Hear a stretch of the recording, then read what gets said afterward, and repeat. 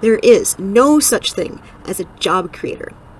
Each and every one of us has been brainwashed since the day we were born to support a system of political economy where one group of people controls almost all the wealth and power. This does not benefit us. It never will benefit us, but yet we are conditioned to support it.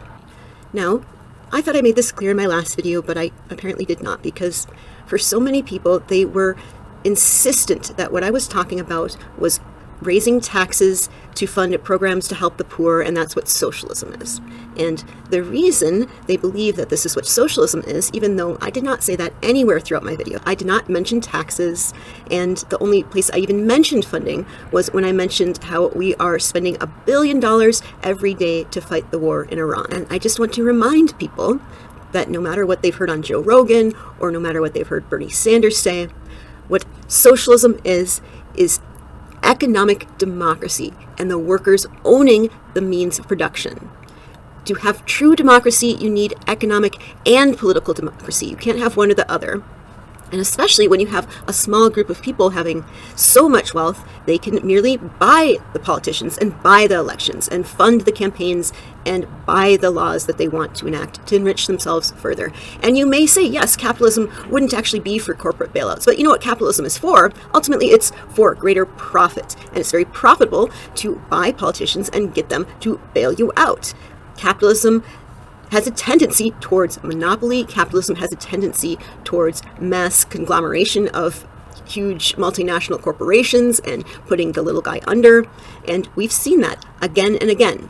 Now, I'm not going to even argue whether or not the wealthy deserve their wealth at this point. All right? Let's just put that aside. What I'm asking you is, would things be better if we had a different system? If we had more wealth equality, no matter how we got to it?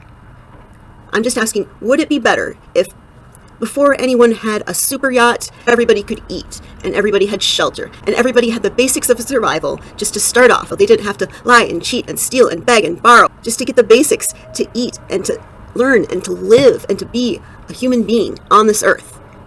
Would that not be better? Because you seem to think that what I'm talking about is a capitalist welfare state. And that is something that the Democrats push. But reminder, the Democrats are a capitalist party. They might fight for a different kind of capitalism, but it is ultimately capitalism. What they fight for is a system where there are higher taxes, and that's used to fund social safety nets. That is not what I am talking about. That is actually just social democrats. It's not even democratic socialism. Again, socialism is economic democracy. It is the workers owning the means of production. And it is simply not true that capitalism rewards the hardest working people or the brightest people. I know this because I work in academia, I work in scientific research, and I work with many brilliant people, and none of them are anywhere near close to wealthy. And they don't really want to be. That's not why they do it. But at the same time, you read the emails of someone like Epstein, or you listen to someone like Elon Musk talk, and it's obvious. Half the time Musk has no idea what he's talking about. To anyone who knows engineering or orbital mechanics or any of the things he's talking about, he really does not know what he's talking about. He definitely didn't know what he was doing with Twitter. These people are not smart, but they are good marketers. And they didn't invent something. If you think of the wealthiest people on earth, what did they actually invent? Was it something they invented themselves, or did they steal from someone and then create a successful market for that? And ultimately, when you're talking about job creators, they're not creating any jobs. What they're doing is hoarding enough wealth, so much so that they end up being the ones that decide things like what we do with our economy, what do we produce, what do we sell it for. They have artificial control over all of that. Tell me that the most greedy and ruthless people on earth are the best to decide who gets to eat and who doesn't, who gets a place to live and who doesn't. Because capitalism also tends to serve only the wealthiest. That's why so many poor people go without. Not because there isn't some profit to be made in serving them, but just because there isn't enough. There's a lot more profit to be made out of serving the wealthy. And that's why we have a glut of luxury products. And for us, it's hard to find just basic apartments anymore. And there's a lot of reasons for a lot of this. One reason is housing is now being used as investment, which investment properties are often empty. And that's, I guess, profitable to the market, but it isn't helpful to the people. But that's what you get when the ultra-wealthy control everything. They control our politicians. And if you look at how responsive the U.S. government is to what people actually want, it isn't. The U.S. government does not represent the people. You can prove it with numbers. They did a study to show how much, over the years, our government has responded to the things Americans want. It doesn't. It follows what the wealthy want, because those are the people with the power. Those are the people that fund their campaigns. Those are the people you have to capitulate to if you want to win, even if you have the best of intentions. If you do not play their game, you will not win their elections. You will not get on the ballot.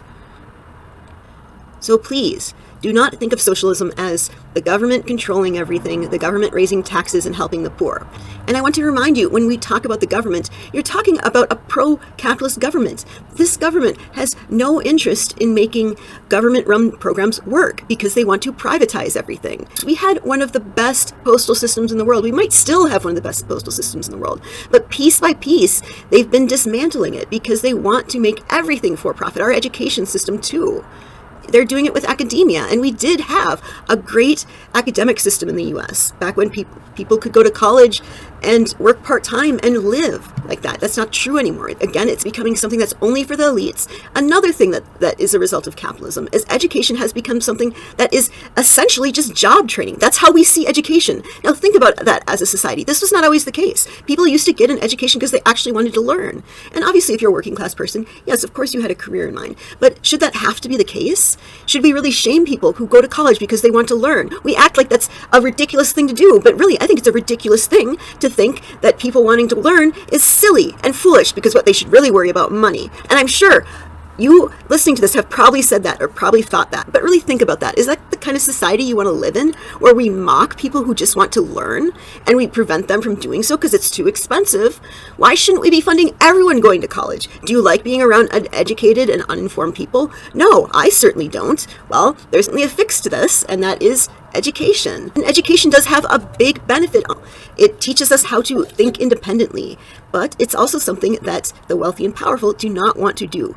Throughout all of humanity, we have had people who work hard and basically get the shaft because the people in power either are corrupt or incompetent or both. But ultimately, they're getting a lot more than they deserve, while the people at the bottom do all the work. Socialism offers a way to turn that around because it takes away from the people in power their ability to have a stranglehold on that wealth and power by seizing the means of production. And that's why we talk about workers owning the means of production, the factories, the housing stock, everything. It is collectively owned, and we democratically decide how best to use it. And I guess if we wanted to decide to keep people homeless, we could democratically decide that some people are homeless. I don't think we would, but it is possible. We could have the exact same society under socialism if we wanted. We could just vote for this shitty society where we waste all this money on war, and we don't value education, and we have mass incarceration, and we treat drug use as a criminal offense, and all these bullshit things that we all know are bullshit. All these bullshit jobs that we don't need but have to exist because, we have to look out for the profit margin, because that's all that matters. We don't need this. A better world is possible, just not under capitalism, because this is the world that capitalism has given us, like it or not. You might have critiques of past socialist experiments. I certainly do. But I fail to see how capitalism has done any better. In fact, it's done a lot worse by making war and violence so profitable, by empowering the worst types of people. Capitalism ensures that there will always be poverty, because there will always be wealth inequality. There's no motivation to make sure that there's no poverty. So just remember, throughout history, there's always been a small group of people who have wielded wealth and power for their own gain. And the way they've kept that power is by owning the land, the factories, the housing. But we can seize that, and we can collectively control that. And that doesn't mean everybody makes the same amount of money and everybody lives in the same place. If that's how we wanted it to be, sure, it could be. But they scare you with these ridiculous notions of what that would be like. But if that's not what people want, then that's not how it would be.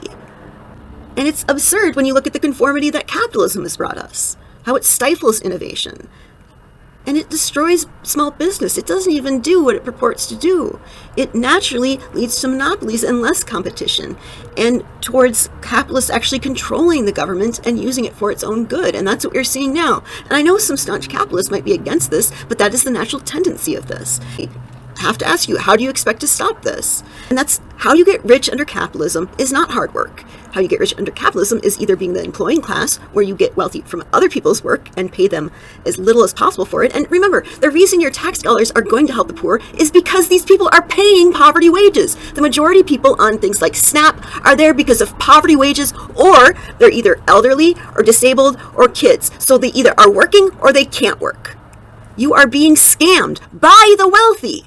And not only are they benefiting from all these programs that keep the people they're paying poverty wages just at a base level of survival, but at the same time, they're getting these huge corporate bailouts. Elon Musk got $1 billion just to build one factory in the state of Nevada. What for? What does he need that money for? Do we really need billionaires having a space race against each other? What could we do with that money if we had it in NASA? We might actually be on Mars if that was the case. And the way they keep power is by keeping the focus off of them and getting us to fight with each other. Whether they're going to blame trans people, or they're going to blame women, or they're going to blame men. And men suffer from this too, because it's men that believe that they have to be wealthy. And if they don't get that wealth, then they feel like they're a failure. And men are being told that, the reason that women don't like them, the reason that they can't get a date, is because they don't have enough money. And I'm sorry, but that's completely backwards. If you want a person in your life, if you want a life partner that you actually want to share a relationship with and not have it just as a possession, then she must love you regardless of how much money you have. And what if you don't get that money? You're just going to give up on finding someone to spend your life with?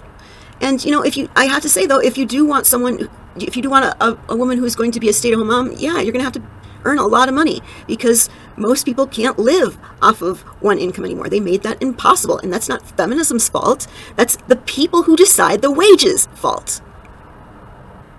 Ultimately, it breaks down to, we could either have a system where the majority controls wealth and power democratically and it's more evenly spread out, or we could have a small group of people that control more than half the wealth now, and they use it for whatever they see fit. And I hate to say it, but what they see fit is the most trivial and worthless of things, honestly. It's because the people who tend to get that kind of wealth are very self-centered and egotistical people who want super yachts and want to show off their wealth, and they don't care for anyone else.